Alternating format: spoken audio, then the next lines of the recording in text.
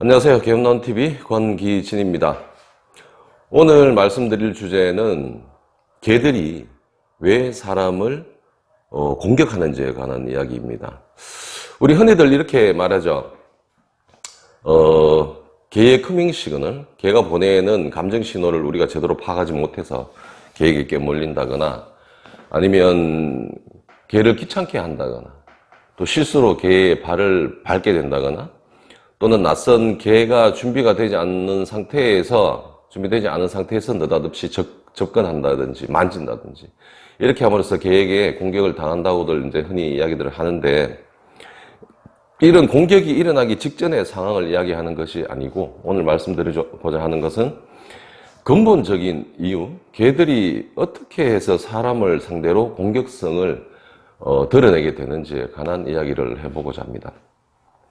개가 누군가를 깨무는 것은 두 가지로 분류를 할 수 있습니다. 첫 번째는 먹잇감을 잡기 위한 포획 활동에서의 깨물기가 있죠.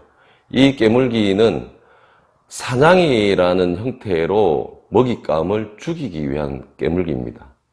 또 하나의 깨물기는 뭔가 하면 상대방에게 나의 힘을 보여주기 위한, 즉 경쟁 관계에 있는 대상에게 타격을 입히고자 하는 거죠. 타격을 입힘으로써 쫓아낸다거나 아니면 내 소유물을 지키고자 하는 욕구, 또는 나의 생활 근거지, 내 영역을 지키고자 하는 이런 목적에서 공격이 일어나는데, 그래서 따지고 보면 두 개입니다. 하나는 사냥을 위한 깨물기, 하나는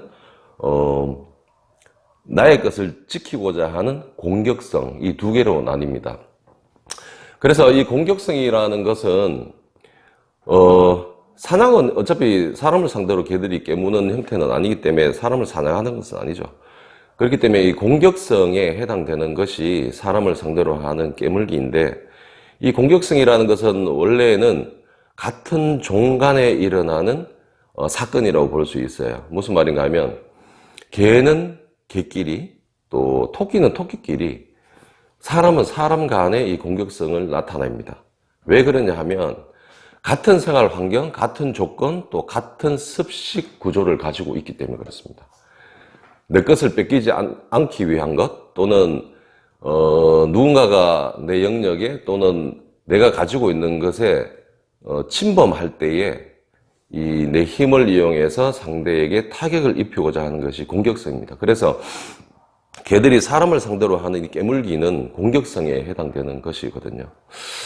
그렇다면 개들이 어떤 이유로 사람을 상대로 공격하게 되는지를 이야기해 보자면, 일단 야생의 개를 우리가 한번 생각해 볼 필요가 있어요. 지금은 멸종위기에 있는 늑대 종을 복원해서 보호구역에서 기른다, 이럴 때에는 어릴 때부터 사람이 아주 밀접하게 보살피고 먹이를 제공하고 얘들이 자연 상태에서 적응할 수 있도록 하기 위한 제반적인 도움을 계속적으로 제공하기 때문에 사람을 두려워하지는 않습니다. 물론 늑대라는 동물, 또 야생 객가들은 대부분이 예민하고 민감하죠. 이 야생성이라는 것은 쉽게 말하자면 민감하고 예민하다는 말이 되거든요. 그래서 이런 보호되고 있는 늑대 종이 아닌 실제 야생에서 살아가는 늑대 또는 멧돼지, 이런 경우에는 사람을 공격하지 않습니다. 왜 그런가 하면 조상 수십 수백 세대에 거쳐서 인간에게 포획당하거나 살육당해 온 경험이 있기 때문이죠. 이것을 다시 그 아래 세대에게 보여주고, 즉 이런 거죠. 사람이 나타나면 사냥을 당했어요.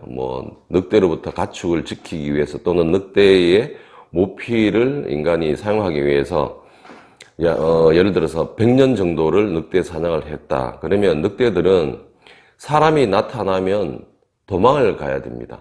사람을 상대로 저항하거나 하는 것보다는 빨리 도망가야 되죠. 왜 그런가 하면 사람들이 가지고 있는 무기는 활이나 총 같은 것은 늑대들이 저항할 수 있는 상대가 아니었거든요.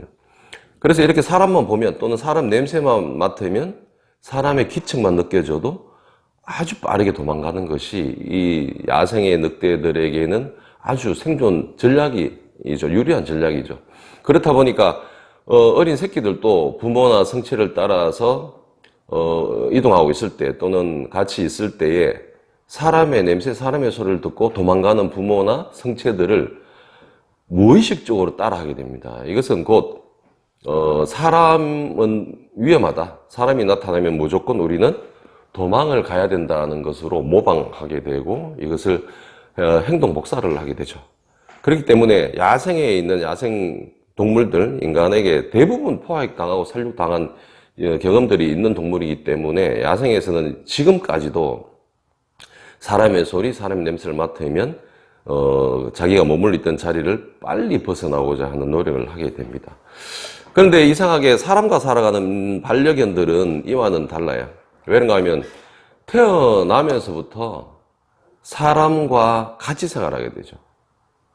눈을 뜨기 전부터 주위에 항상 사람이 있고 귀가 열릴 때 사람의 소리를 듣고 후각이 발달할 때 사람의 냄새를 맡고 촉각이 발달할 때 사람에 의한 스킨십을 받게 되죠. 그렇기 때문에 이 반려견들은 사람을 기본적으로 두려워하지 않습니다. 어떤 계기가 있지 않으면 두려워하지 않고 아주 익숙한 상대, 또 뭐 정확히 말하자면 익숙한 어떤 종으로 여기게 되죠. 그러다 보니까 개들은 살아가면서 자기들이 의도하지 않게 사람과 같은 생활 환경, 조금 전에 말씀드렸다시피 공격성이 유발되는 그 조건에 노출되게 됩니다. 같은 환경에서 살아가고 같은 습식 조건, 즉 먹는 구조도 거의 닮아 있어요.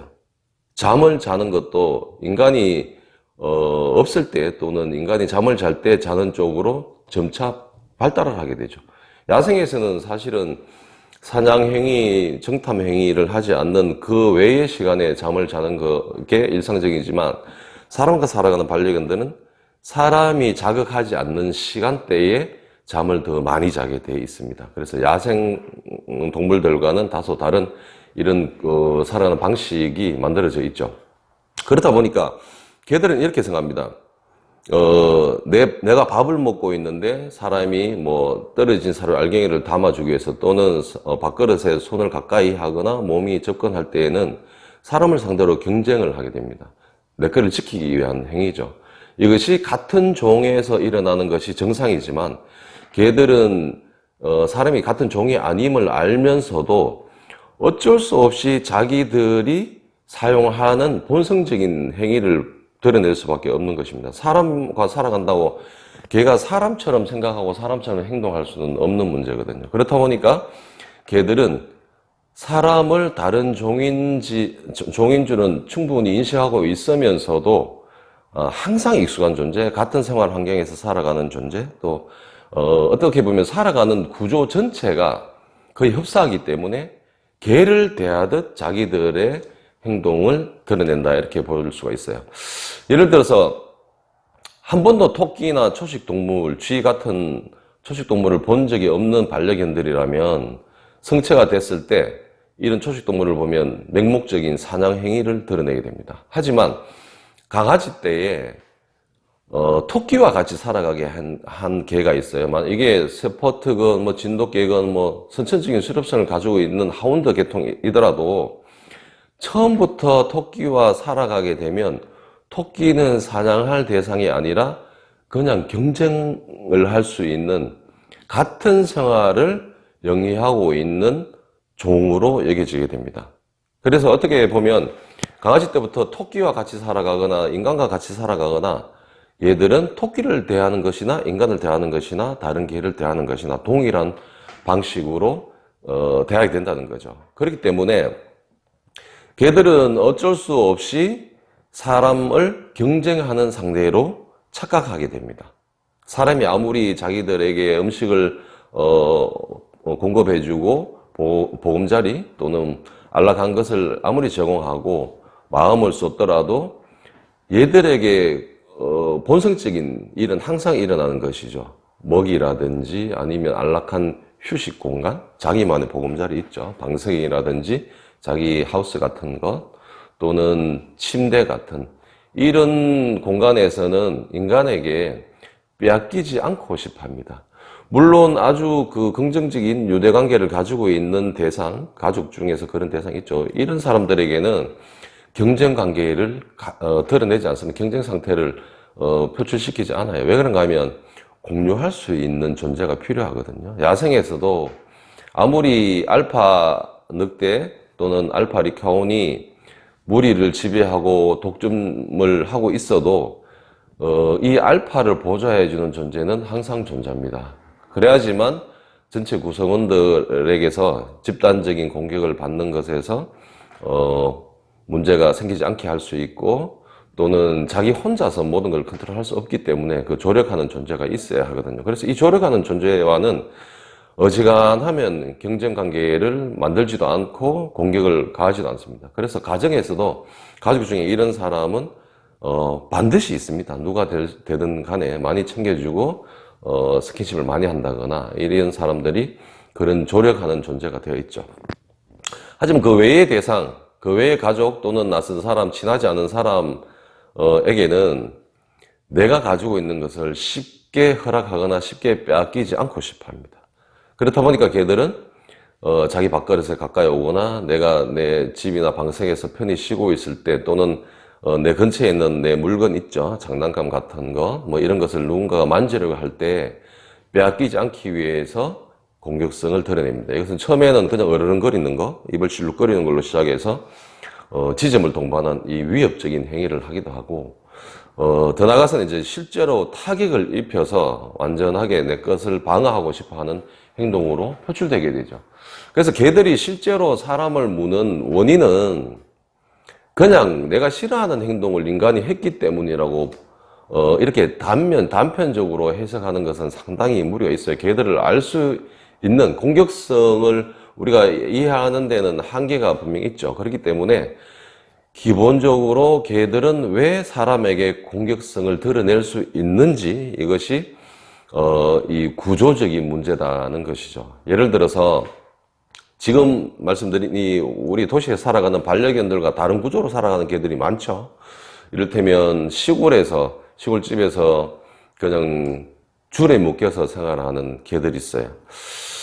이런 경우에는 시골에서 개를 기르는 좀 나이 먹은 분들은 개에게 인간 생활을 많이 공유시키지 않습니다. 같은 공간에서 잠을 자지도 않고, 같이 음식을 먹지도 않고, 또는 개에게, 어떻게 보면 우리한테는 개에게 제공되는 일상적인 것이면 그런 분들한테는 개에게 불필요한 것을 제공하지 않습니다. 가만히 있는 개를 찾아가서 말을 건다든지,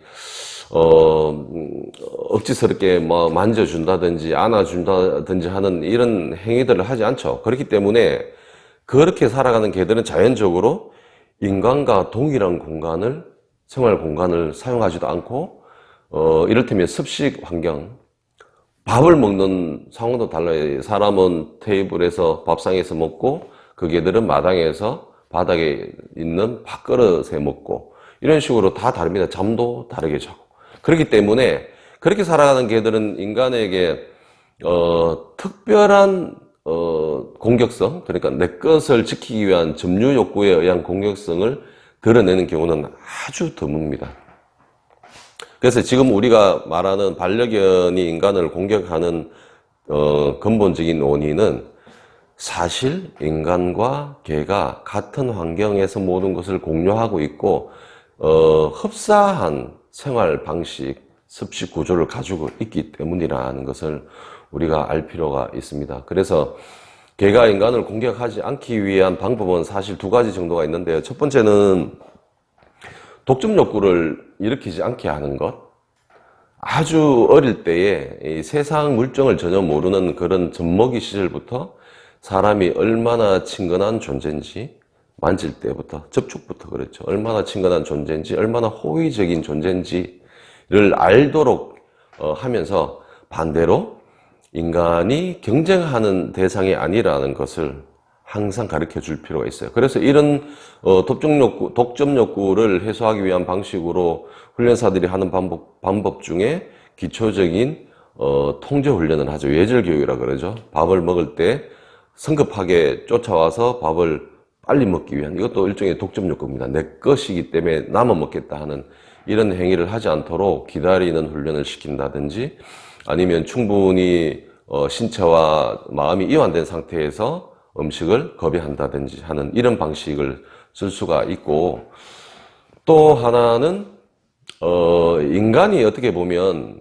개의 리더 역할을 충분히 하는 그런 모습을 보여주는 것이 중요합니다. 무슨 말인가 하면, 음식은 언제든지 내가 공급할 수 있는 것이기 때문에 욕심을 부릴 필요는 없지만, 우리가 함께 산책을 하거나 함께 집안에서 머물 때, 휴식을 취할 때, 또는 같이 놀이를 할 때 언제든지 서로 간에 오버하는 행동, 예를 들어서 나는 이제 쉬고 싶은데 반려견은 계속적으로 장난을 하고 싶다면 나는 그것을 더 이상 하기 싫다는 것을 반드시 납득을 시키고 표현을 해야 됩니다. 근데 우리는 그렇게 하는 것보다는 어떻게 보면 계속 부탁을 하는 형태로 강아지의 행동을 멈추기를 바라거든요.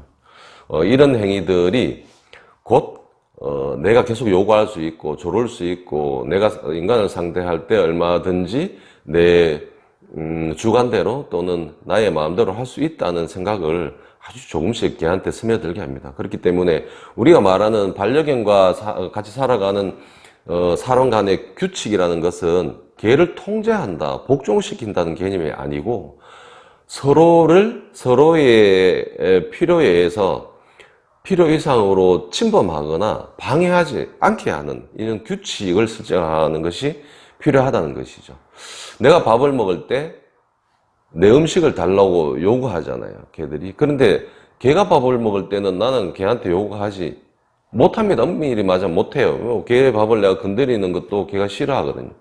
온순한 개라면 허용하지만, 지금 말하는 것은 공격성을, 인간을 상대로 공격성을 드러내는 개들을 말하는 것이기 때문에, 그런 개는 인간한테는 음식을 내놔라고 짖고 조릅니다. 또는 뭐 불안정한 행동을 막 드러내죠. 그래서 인간에게 음식을 끝끝내 받아 먹고자 하죠.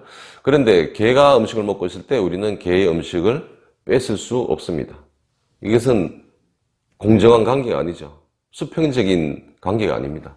그렇기 때문에 우리는 개를 우리의 리더라고 생각하지도 않고 리더로 만들고 싶지도 않지만, 이런 사소한 경험들이, 일상적인 경험들이 개가 마치 가족들과의 사이에서 선점하고 독점할 수 있는 이런 습관을 들여버리죠. 그래서 이것을, 그게 아니라는 것을 가르치기 위한 것은 언제든지 규칙이 필요하다는 거죠. 예를 들면 밥 먹을 때, 사람이 가족이 밥 먹을 때 너는 기다릴 수 있어야 되고, 네가 밥 먹을 때 우리는 네가 밥 먹는 것에 침범하지 않겠다, 네 음식에 대해서 탐내지 않겠다는 것을 구분시켜 줘야 됩니다.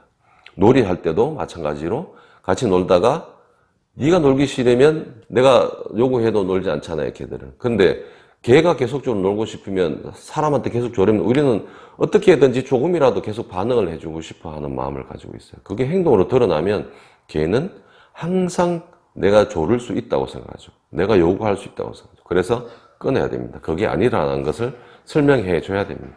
더 이상 나는 장난을 하고 싶은 게 아니라 나도 이제 쉬고 싶으니까 여기 우리의 지금의 장난은 이까지만 해야 된다는 것을 알려줘야 되죠.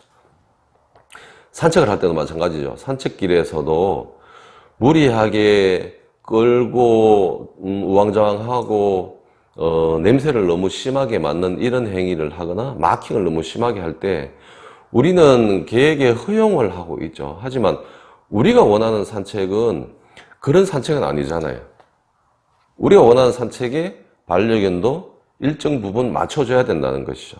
이런 규칙들을 만들므로써 반려견들이 인간과 공유하고 같은 환경에서 살아가지만 인간을 공격하는 범위까지 가지 않도록 만드는 이 방법이 되겠습니다. 그래서 종합적으로 결론하자면, 반려견들이 사람을 공격하는 근본적인 원인은 같은 환경에서 같은 생존 방식을 사용하고 있기 때문에 그렇습니다. 그래서 개들은 좋든 말든 의식적이지 않게 자기들도 모르는 사이에 인간에게 개를 대하는 방식, 개와 경쟁하는 방식을 사용할 수밖에 없다는 이야기입니다.